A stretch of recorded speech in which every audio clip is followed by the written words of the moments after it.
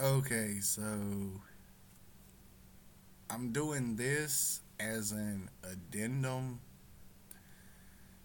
to continue my Omega versus Okada review. I did the first two videos on my phone because it has way better video quality. This is an old laptop.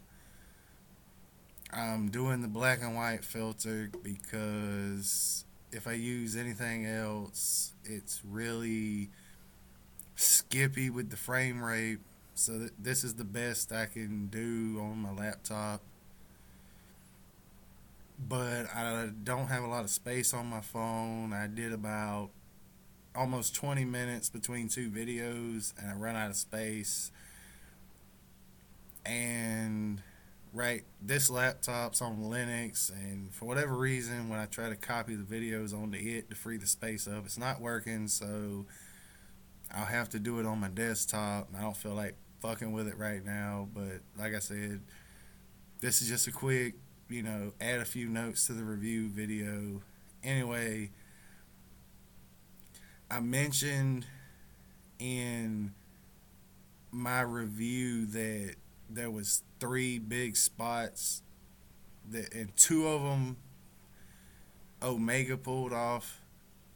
But the one I forgot to talk about because I run out of time was Okada did this really amazing cross body on Omega. And the first thing I wanted to say is that um, a crossbody is one of those moves that's both simple and complex. It's simple in theory. You run, you turn sideways, you hit the guy across the chest with your chest. It's real simple, and in certain scenarios, it's easy to do. But in practice, it's actually not an easy maneuver. Because number one, you're jumping vertically and horizontally. Like you're jumping up and forward. But as you jump, you have to twist your body sideways. So it's not an easy move to pull off, especially for a rookie. It takes practice, I'm sure.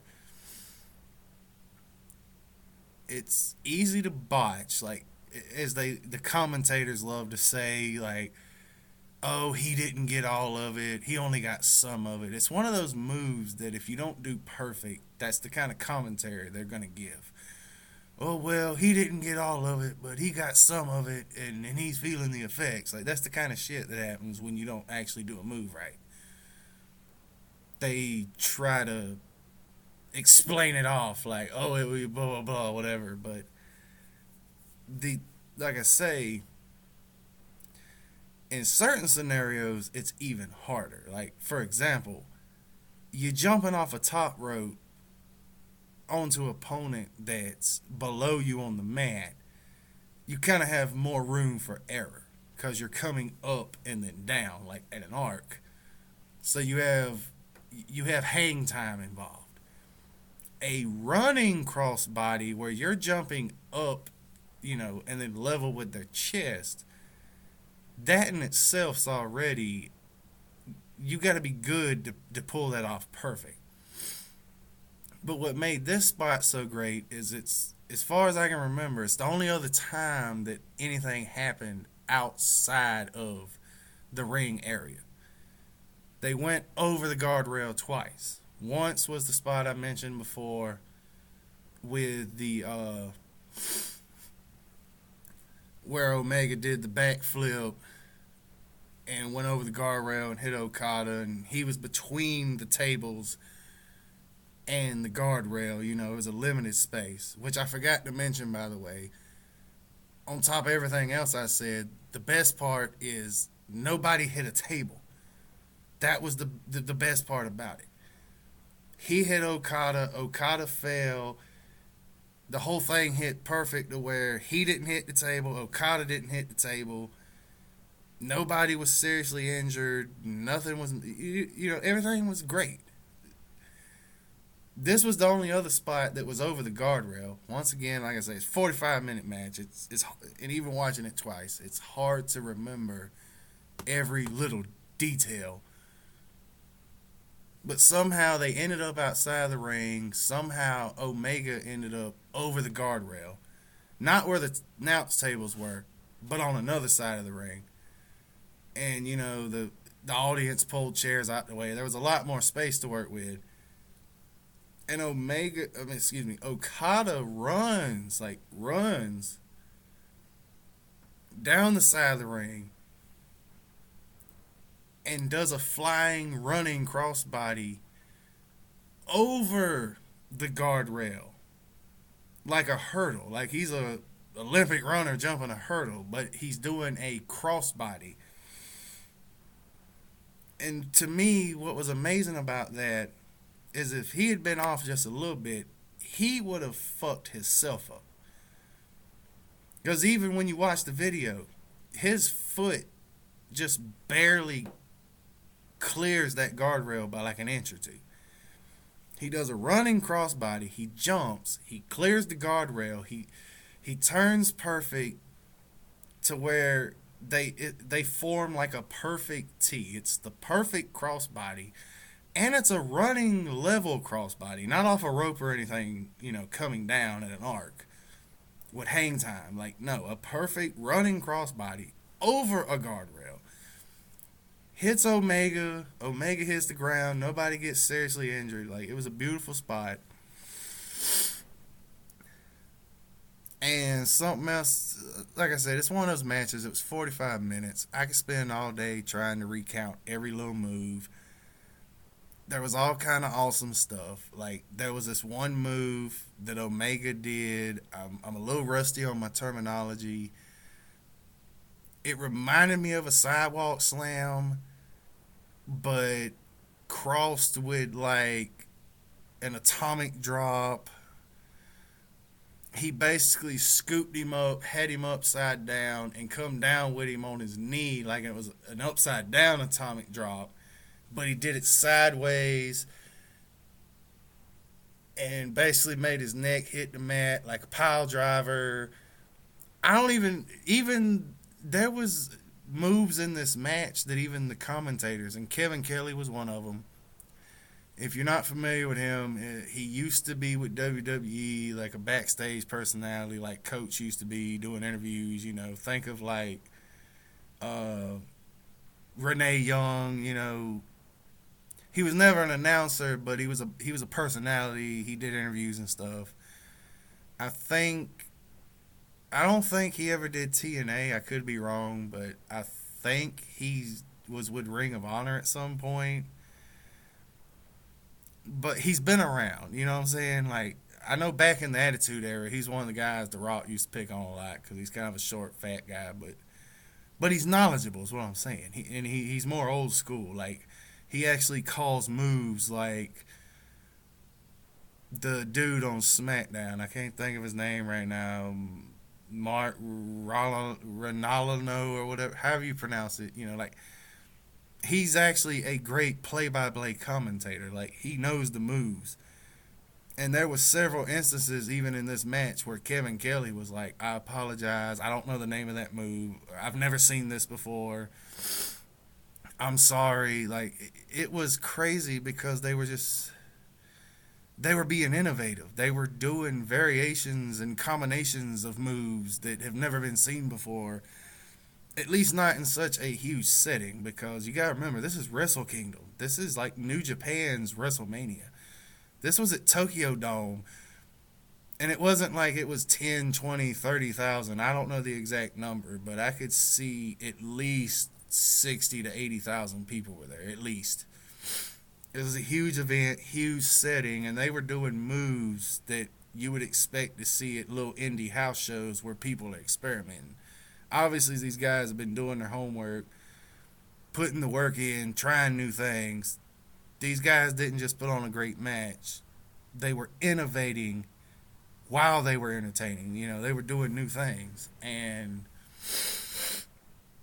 it was just crazy. Like, there's just all these different moves they were doing. And the more I think about it, I remember another spot and go, oh yeah, and then there was that one move. And like I said, something I touched on before was the apparently Okada does a tombstone pile driver, but it's not his finisher. The Rainmaker is, the aka the clothesline from hell. But he does a tombstone. My biggest gripe is that the tombstone mostly Undertaker does, but Kane has done too, and still does sometimes. That's considered like one of the most devastating moves a wrestler can do, and it's so protected. And at least on this side of the world, it's almost never done because it's a pile driver, a true pile driver. It's very dangerous. A lot of people don't even attempt it because you look at Stone Cold and how his career was ended at such an early age because of the effects of a botched regular pile driver that Owen Hart did on him. Pile drivers are rarely even done. Like Kevin Owens does, or Kevin Steen in Ring of Honor did the package pile driver, which really isn't even a pile driver at all. But just because it has the word pile driver in it, WWE wouldn't let him do it. That's why he does the pop up power bomb as Kevin Owens, because just the fact that it has the word pile driver in the name was bad enough. So for him to use it, like what got me is it wasn't like he did power bombs and slams, and there was like moonsaults and hurricane ranas and all this shit going on, and they would try to pin and each other and kick out, but he did two tombstone pile drivers. And both times he didn't even try to pin Omega. It was like tombstone on to the next move, just that fast. So that is one major gripe I have, is that he basically made the tombstone look like just another basic move in his arsenal instead of being a devastating move, much less a finisher. But I will say his variation the second time where he did like the spinning almost sit out like springboard, like I don't even know what to call it, but I know it involved him jumping in the air and spinning around with it. He didn't just grab him and put him up and come down. He actually jumped up and spun and come down like on his knees and then let him go and like sit out with it. But yeah, his interpretation of the tombstone the second time was pretty awesome. But like I said, my biggest gripe is in both instances it was like tombstone pile driver, boom, on to the next move and nothing else. But these guys were just killing it. And another one I forgot about before is I'm a big fan of the Hurricane Rana when it's executed properly. And one of the things you'll see, like I said, most wrestling fans are primarily going to draw from WWE, which owns WCW and ECW and like AWA and NWA and all that shit now. They have their video libraries. It's all part of their lineage now. Basically, and even with Ring of Honor, but you look at American or even North American, including like Canada and like Mexican lucha libre wrestling and whatnot. You look at North American wrestling, one thing you'll see is that the vast majority of the time, a Hurricane Rana is done off of like a ring post. The person's up in the air, you somehow maneuver, you get your legs around their neck, and kind of like I was talking about with the missile drop kick, you get an arc, you get them up and over and down. It gives them plenty of room to maneuver their body. And since you're down low and they're up high, I guess it's like the leverage is different and whatnot. And you're more protected doing it that way. Very rarely, I'm not saying it doesn't happen even in WWE, but very rarely do you see a Hurricane Rana that is done from both opponents standing. And much less do you see a Hurricane Rana out of nowhere like the RKO or something. Like they're just boom, boom, boom, and all of a sudden, bam, Hurricane Rana out of nowhere. But that's exactly what Kenny Omega did to Okada. He, like I say, I can't remember every detail, but they had went back and forth a couple times. I think there may have been a few strikes at this point, few different grapples and locks and moves, and they were going back and forth doing their thing. And I think they had took a rest for a minute, whatever, however they worked it out. Maybe Omega was outside the ropes of the ring, and he was whatever. There was a brief instance of rest, and then they started going back at it. And then, like I said, I can't remember exactly, but Omega may have bounced off a rope first or whatever. But it was just so. The match was just going. Like I said, it was so well paced. They're just like boom, boom, boom, slow a little, speed up a little, slow a little, speed up a little. And then out of fucking nowhere, Omega just fucking like runs up, somehow jumps up a little, spins upside down, gets his legs around his neck, and fucking floof, fucking just snaps his ass completely over in a somersault and slams him on the mat. How he didn't break that man's neck, I don't know. It was that fucking quick and devastating. Like, it was just unreal. I've never seen somebody just hit a Hurricane Rana out of nowhere, like an RKO or a pop up power bomb or whatever.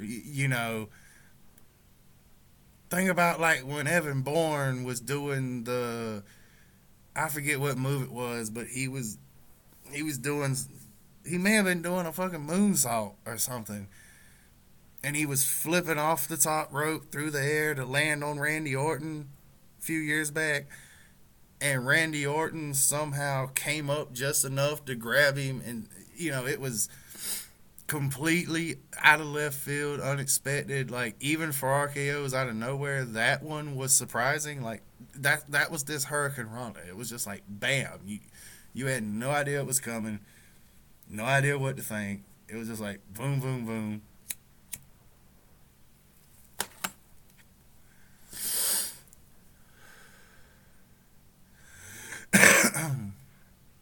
I have to apologize. It's that time of year. Sniffles are coming and going. A little congested, so if I a little bit or cough a little bit, I can't help it.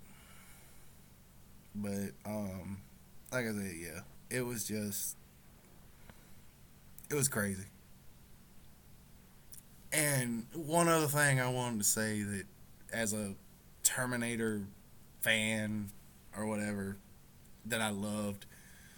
Number one, his entrance was awesome. The whole little vignette before his entrance even started, where they were reenacting Terminator. They seemed to be shooting for Terminator 2, but the vignette was more like Terminator 1.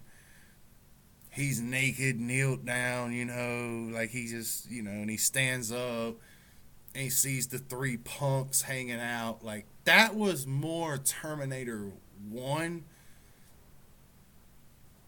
but it's showing all the what his eyes see with the computer language and scripts and translate. And, there's the part where it translates and he says a line in Japanese to him, and the clothes he was wearing and the sunglasses and the sawed-off shotgun was Terminator 2. So it's like they took the best of both worlds and combined it into this one really awesome vignette.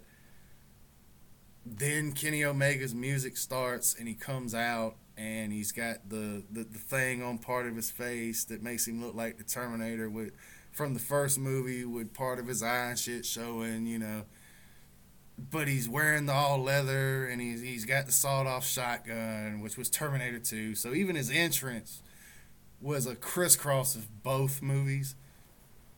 So it's like, as a Terminator fan, that was awesome. I love how they incorporate that into his character. Apparently, characters being video game centric is cool now. Look at T.J. Perkins in the cruiserweight division.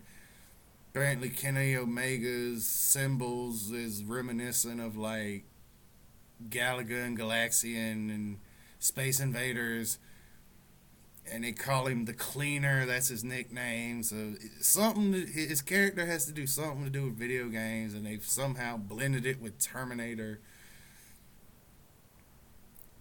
You know, I guess the Terminator is a cleaner in a sense. He's here to clean somebody from existence. So it all kind of ties together. But one of the things I thought was awesome is how they incorporated it into the match. There was a spot where somehow I think he flipped him over the top rope or something. Somehow Okada ended up outside of the ring. And he was hurt, and he had to take a breather, and he's getting himself back together. And while he did that, Omega had come down on his knees with his hands on his knuckles. And at first you don't realize what he's doing. But then you realize about the time that at that time, Young Bucks, like I said earlier, they're outside the ring. They're part of the elite Bullet Club, being there for him. And they start banging their hands on the mat, doing the Terminator beat. The, dun dun dun dun dun, dun dun dun dun dun. And he hits the perfect stance like he did in the vignette, like he's the Terminator, all kneeled down in the ball, basically. And the announcers even call it, and they're like, uh-oh, it's the rise of the Terminator. And he stands up, and he basically starts, about that time, Okada gets back in the ring, and they start going back at it. As a matter of fact, this may have been what happened. This is either briefly before or after the Hurricane Rana spot. It's somewhere in there. That may be why Okada was out of the ring, because he hit the Hurricane Rana and he rolled out. Or this may be what led to the Hurricane Rana, but it's somewhere in there. And like I said, it was just, I could go on forever, but the bottom line is that everything about this match was just perfect. The pacing, the storytelling, the execution of the moves, the incorporation of different themes, the teasing with the table leading up to the final spot, him trying to hit the one winged angel. It wasn't just like once or twice. He got Okada up, I'd say at least 5 times. The first couple times, he just tried to get him up and couldn't. But then the last 2 or 3 times, he actually got him up over his shoulders. And every time he'd about get him in position and go to hit it, Okada would somehow get out of it. He reversed it once or twice into something else. So the whole storytelling of him constantly trying to hit the one winged angel and never getting it. Okada trying to hit the Rainmaker several times early on and not getting it. The tombstones, the power bombs, the sidewalk slams, the Hurricane Ranas, the moonsaults, the I can't even think of it. There's so many wrestling moves these days, and there's proper names, and then there's like finisher names that's character specific. I get a lot of it confused. But it was just like move after move after move. And that's not counting some of the submissions that I seen. I haven't even touched on those. There was submissions that were just, some of it I had never seen before. How they executed them. Everything, just beginning to end, this fucking match was just like, people talk about, like I said earlier, Steamboat and Savage. Or you look back at like some of the Steamboat and Ric Flair matches back in the day. Pretty much any major late 80s, early 90s wrestler that had a match with Ricky Steamboat is going to be some of the best matches you ever seen. Or you look at like Shawn Michaels and Bret Hart, or Bret Hart and Stone Cold, or Rock and Stone Cold. You know, these are matches that Owen Hart and Bret Hart wrestling each other. Matches that involve Chris Benoit and Eddie Guerrero.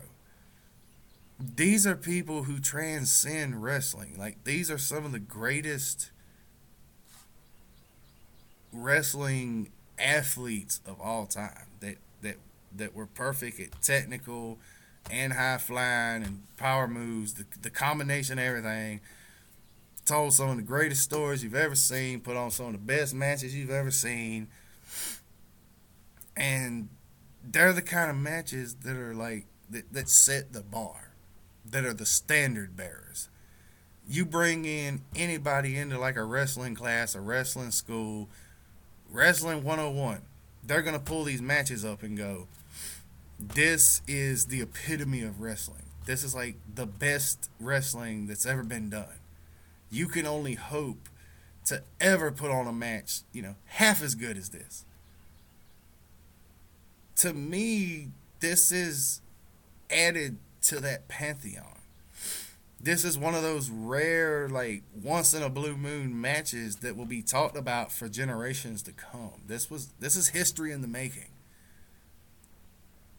This, and not only is it history in the making, maybe it's because it's fresh and it's new and it's refreshing to see something this awesome, and especially non WWE, since they're pretty much like the monopoly of sports entertainment and all that bullshit. But even Stone Cold said it. He was like, when I first watched it, I thought this is one of the best matches I've seen in a long time or recently. But he said the more it set with him, the more he realized, no, this is actually one of the best matches I've ever seen. Period. And he makes a point to say that there's way more famous wrestlers out there that's put on way more famous matches that he feels like weren't as good as this match. And he said he means no disrespect. It's just that this is Japan. Anybody who's not a Japan fan probably knows nothing about Okada. People who are in the North American wrestling fan base have heard of Kenny Omega, but probably haven't watched any of his matches. Compared to North America, these are two practical nobodies, but they put on one of the best matches ever. Like I said, it all comes down to Meltzer. Love him or hate him. He has been the standard bearer of wrestling critiques because he is like the most critical of wrestling. And this is the first time he's ever said a match is 6 stars. He only gives out 5 stars every few years. Like, literally. That's not guaranteed to be a 5-star match in any given year. And that's across all promotions. That's fucking Mexico. That's the United States. That's Canada. That's Europe. That's Japan. That's everything. There's times he's went years without giving a 5-star match rating. And this motherfucker gave this match 6. That pretty much tells you all you really need to know.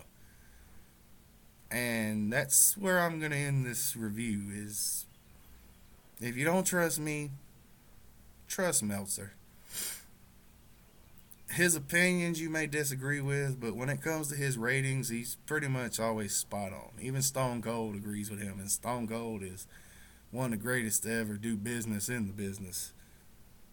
And that's the bottom line, because me and Stone Cold say so. So, have a nice day.